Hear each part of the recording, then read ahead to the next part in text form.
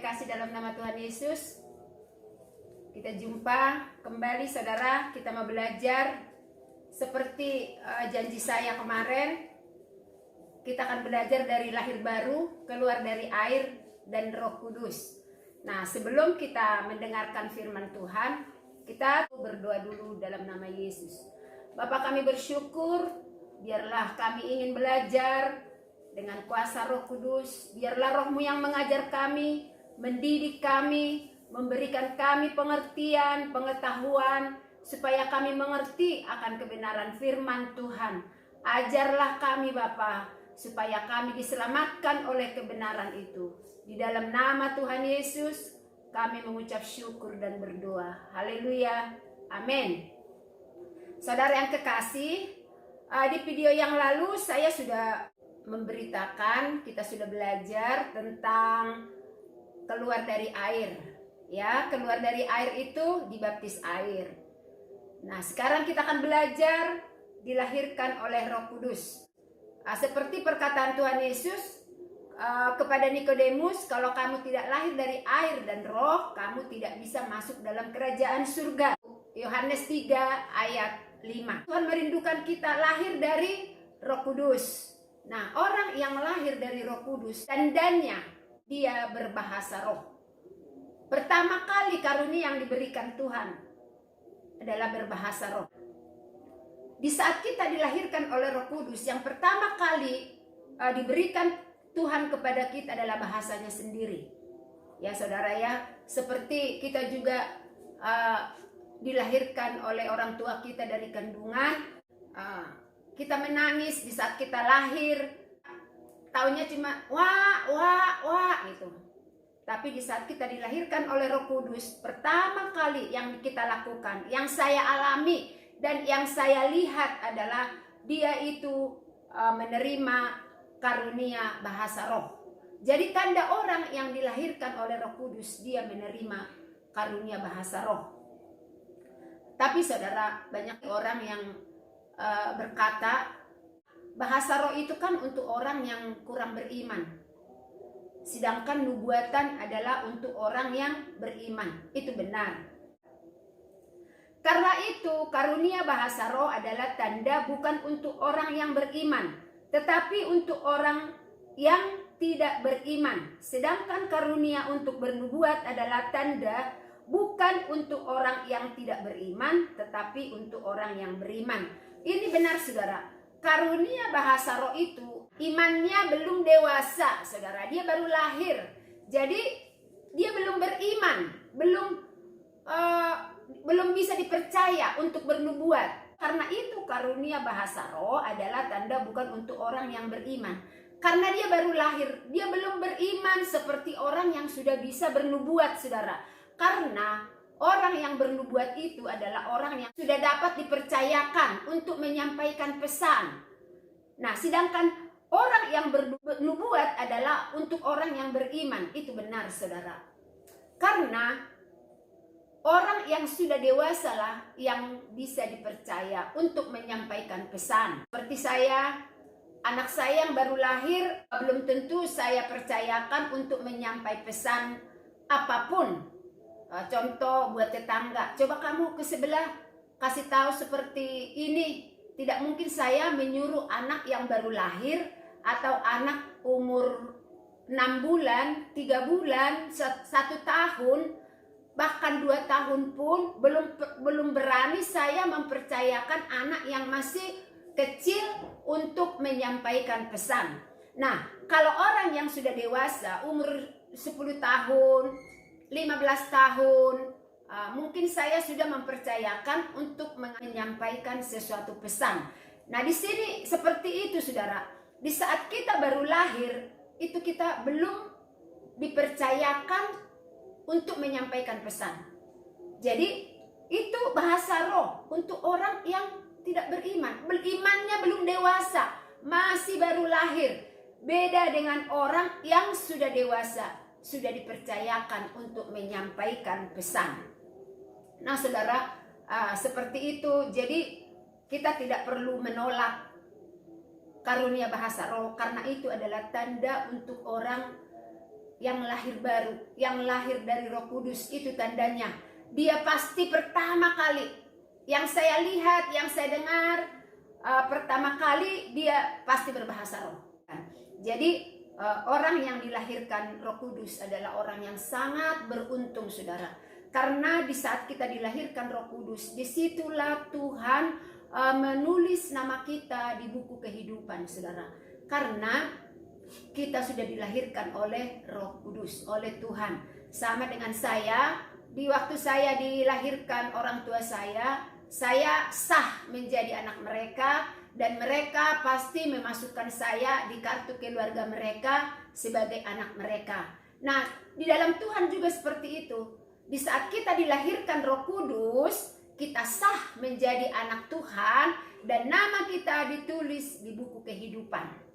Nah itu, saudara, jadi ini sangat penting. Kita harus lahir baru, kita harus lahir dari air dan roh, kita harus sah menjadi anak Tuhan, menjadi anak Roh Kudus, supaya Roh Kudus yang memimpin kita. Di saat saya dilahirkan orang tua saya dipimpin sama orang tua saya sampai saya dewasa.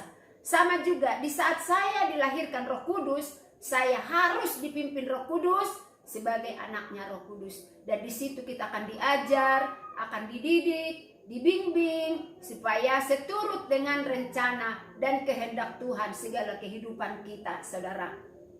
Jadi kita sebagai anak-anak Tuhan, kita harus dilahirkan dari air dan roh. Kita harus dilahirkan Roh Kudus supaya kita mengerti tujuan hidup kita, saudara. Karena Roh Kudus itu yang menuntun, Roh Kudus itu yang mengarahkan, Roh Kudus yang berbicara, Roh Kudus yang mengendalikan pikiran kita, Roh Kudus yang memberitahu, saudara. Saya sering tahu sesuatu di saat doa, saya mengerti, saya tahu karena Roh Kudus yang mengatakan. Sebab roh berbicara dengan roh, Roh Kudus akan berbicara dengan roh kita. Karena kita sudah dilahirkan oleh Roh Kudus, kita sudah sah menjadi anaknya, dan dia juga bercakap-cakap dengan kita, saudara. Jadi kita harus dilahirkan Roh Kudus supaya kita sanggup melewati hidup yang akan datang. Kita sanggup melewati masa-masa sukar. Beberapa minggu yang lalu kami berdoa, ada pesan Tuhan. Saat-saat ini kita ini sudah sedang ada di dalam pertandingan. Kita jangan keluar dari area pertandingan sebelum kita sampai ke garis finish. Waktu itu Tuhan taruh di hati saya, seperti orang yang berlari, nak. Di saat mereka mulai dari start, itu banyak orang yang mengikutinya. Tapi seperapat perjalanan itu sudah mulai ada yang gugur. Setengah perjalanan sudah mulai ada yang gugur. Bahkan yang sampai ke garis finish itu terhitung 1, 2, 3 orang. Contoh pertandingan berlari. Nah, kita juga sudah ada di dalam area pertandingan iman saat ini. Kita sudah di dalam area itu. Kita jangan keluar. Kita harus teguhkan hati kita. Kita harus tetap ada di sana. Kita harus sampai ke garis finish. Di hati saya waktu itu begini, seperti pelari, nah, kamu lihat seorang pelari, kadang dia jatuh, terus dia cepat-cepat bangkit. Dia nggak peduli kakinya lecet lah, kakinya berdarah lah, sakit, dia nggak peduli. Tapi dia bangkit lagi untuk dia boleh terus sampai ke garis finish itu. Itulah pertandingan di dalam lari, saudara. Seperti itulah kita di dalam Tuhan. Jadi kita harus bertanding sungguh-sungguh. Kita harus berlomba sungguh-sungguh. Apapun yang kita dengar, apapun yang kita lihat, kita tidak boleh fokus kepada keadaan, tapi kita fokus kepada garis finish yang ada di depan. Ini, saudara, kita bisa lakukan kalau kita ada di dalam Roh Kudus. Karena Roh Kudus itu yang membuat kita kuat. Roh Kudus itu yang membuat kita mampu sampai ke garis finish. Juga pernah Tuhan perlihatkan, saudara, di waktu kami doa, saya melihat jalan itu lurus, tapi tiba-tiba di depan saya itu ada gunung. Itu gunung tinggi, saudara, sampai saya tidak bisa melihat sampai ke atas gunung itu. Nah, saya pakai akal pikiran saya, sepertinya lewat kiri kanan, mungkin ada pohon. Saya nanti pegang pohon itu satu-satu supaya saya bisa sampai ke atas gunung. Di saat saya melihat, saudara, ke kiri ke kanan tidak ada pohon satupun. Yang ada cuma rumput-rumput. Nah, kalau kita lewat jalan di rumput itu, kita akan tergelincir, saudara, karena rumput itu nggak kuat. Jadi tidak ada pertolongan. Dari situ saya mikir gini, Tuhan, untuk mencapai gunung tidak ada jalan, tidak ada kekuatan, tidak ada pertolongan. Di kiri kanan jalan itu tidak ada pohon untuk saya pegang naik sampai ke atas gunung itu. Seperti itulah di pertandingan itu, saudara. Tidak ada pertolongan, tidak ada jalan kecuali di dalam nama Tuhan Yesus. Nah, di situ saya lihat tiba-tiba saya sudah ada di atas pohon. Tapi saya mikir gini, oh, seperti ini ya. Tidak ada jalan, tidak ada pertolongan, tapi di dalam nama Yesus ada pertolongan.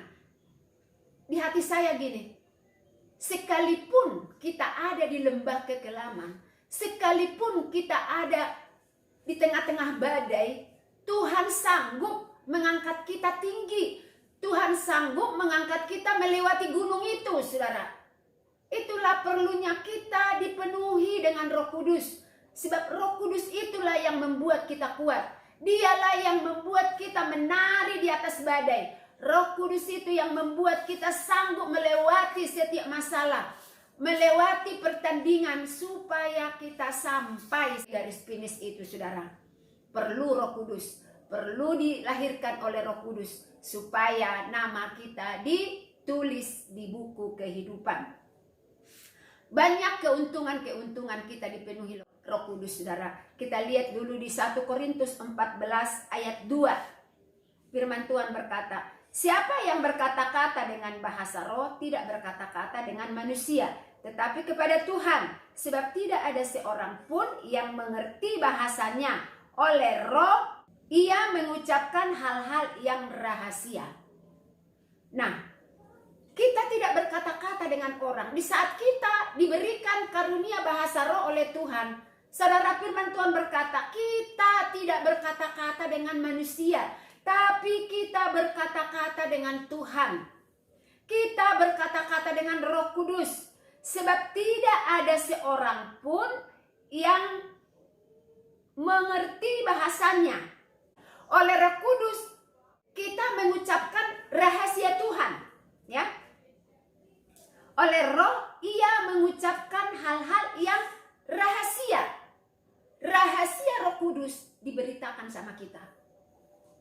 Ini luar biasa. Di saat kita lahir dari air dan roh, kita dilahirkan Roh Kudus, diberikan karunia bahasa roh, kita mengerti rahasia-rahasia Tuhan. Saudara, terus yang ayat 4, keuntungan kita, saudara. Di saat kita menerima karunia bahasa roh, di ayat 4 firman Tuhan berkata, siapa yang berkata-kata dengan bahasa roh, ia membangun dirinya sendiri. Tetapi siapa yang bernubuat, ia membangun jemaat. Benar. Di saat kita lemah, di saat kita menyembah Tuhan, kita kurang merasakan pengurapan Tuhan. Tiba-tiba kita berbahasa roh, kita kuat. Kita ada kekuatan yang baru, kita semangat gitu. Kita semangat. Ya. Siapa yang berkata-kata dengan bahasa roh, ia membangun dirinya sendiri. Saudara, bagaimana kita membangun orang lain kalau diri kita tidak terbangun? Ya. Nah. Jadi saudara, tetapi siapa yang bernubuat, ia membangun jemaat. Benar. Yang bernubuat pasti membangun jemaat. Yang hanya berbahasa roh, dia membangun diri sendiri. Oleh sebab itu, mintalah kepada Roh Kudus. Kita diberikan karunia menafsirkan bahasa roh. Jadi jangan anti, saudara, dengan bahasa roh. Jangan anti dilahirkan oleh Roh Kudus. Karena itu kita mulai start mengenal Tuhan. Di saat kita lahir baru, di saat kita lahir dari air dan roh, sebenarnya disitulah kita mulai start mengikuti kehendak Tuhan. Selama ini kita hanya orang yang percaya kepada Yesus. Selama ini kita hanya orang yang mengenal Yesus, tahu Yesus membuat mujizat, tahu Yesus punya kuasa, tapi Yesus tidak mengenal kita. Tapi di saat kita dilahirkan oleh Roh Kudus, lahir dari air dan roh, kita dilahirkan oleh Roh Kudus, kita mengenal Dia. Firman Tuhan berkata, domba-dombaku mengenal suaraku. Setelah kita sudah dilahirkan oleh Roh Kudus, kita mengenal suara Bapa. Dan Dia berkata-kata di hati kita, berkata-kata melalui firman Tuhan, memberikan pesan melalui mimpi.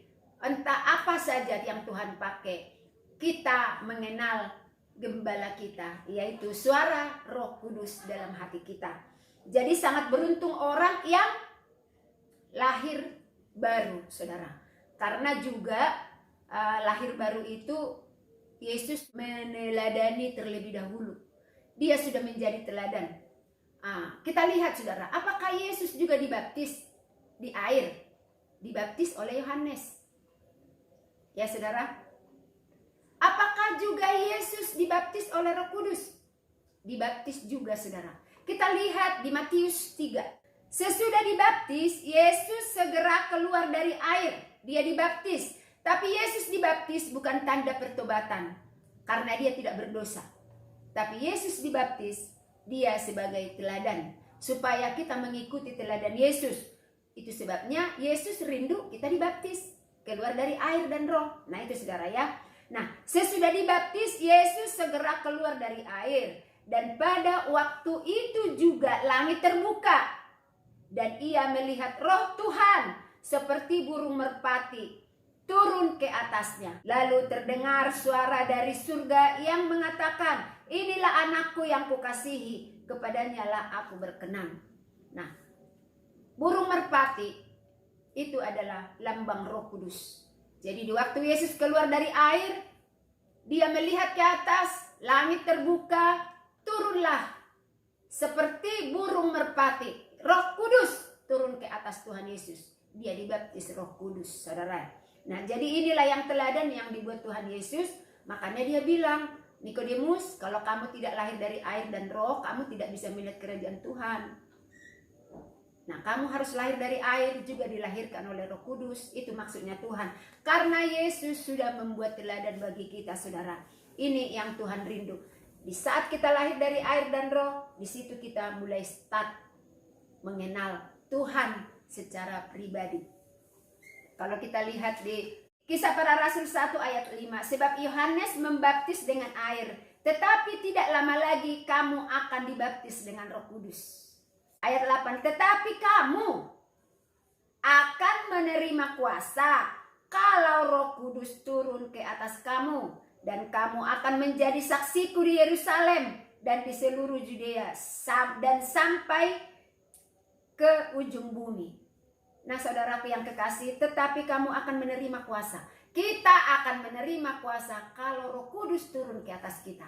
Berarti kalau tidak turun Roh Kudus di atas kita, kita nggak ada kuasa. Itu penting, itu perlunya kita dibaptis Roh Kudus, kita dipenuhi Roh Kudus. Roh Kudus yang mengarahkan, Roh Kudus yang membuat kita mengerti, Roh Kudus yang mengajar. Kalau Roh Kudus turun di atas kita, kita akan menjadi saksi. Tapi kalau Roh Kudus tidak turun di atas kita tidak dibaptis oleh Roh Kudus, jangan sekali-kali berharap kita kuat melewati hidup. Jadi begitu pentingnya, saudara, Roh Kudus itu turun di dalam hidup kita, saudara. Jadi marilah anak-anak Tuhan, kita akan terus belajar tentang lahir dari air dan roh. Nah, selanjutnya nanti kita akan belajar, sebab banyak orang yang berkata, ada kok firman Tuhan, sekalipun saya mengetahui seluruh bahasa, bahkan bahasa malaikat sekalipun, kalau tidak ada kasih, tidak ada gunanya. Memang itu benar, Paulus berkata di 1 Korintus 13. Nah, sekalipun iman saya kuat, kalau saya tidak memiliki kasih, tidak ada gunanya. Itu benar, saudara. Nanti video berikutnya kita akan belajar tentang kasih. Karena ini seringkali saya juga sering ditentang orang, saudara. Ngapain berbahasa-bahasa roh, katanya. Itu si Paulus saja yang ngomong. Sekalipun saya memiliki bahasa, bahkan bahasa malaikat sekalipun, kalau nggak ada kasih nggak ada gunanya. Itu benar. Tapi saudara, di ayat yang kedua, sekalipun imannya, biarpun imannya bisa memindahkan gunung, tapi kalau tidak ada kasih, tidak ada gunanya. Itu benar, saya tidak menentang.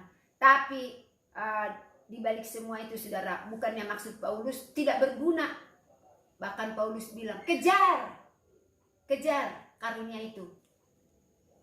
Dan juga kejar kasih. Itu saudara ya.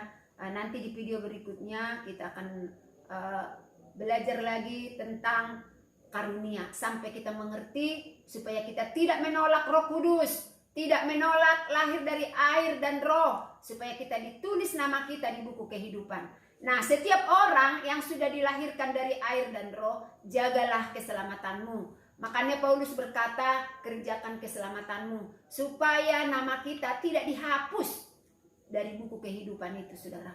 Jaga, pelihara keselamatan kita. Sampai akhir. Sampai kita nanti di garis finish. Kita melihat kemuliaan nama Tuhan. Terima kasih, saudara. Sampai di sini. Dan kita akan terus mendengar lagi kebenaran firman Tuhan. Kita boleh diajar oleh Roh Kudus. Terima kasih. Sampai jumpa. Dalam nama Tuhan Yesus. Amin.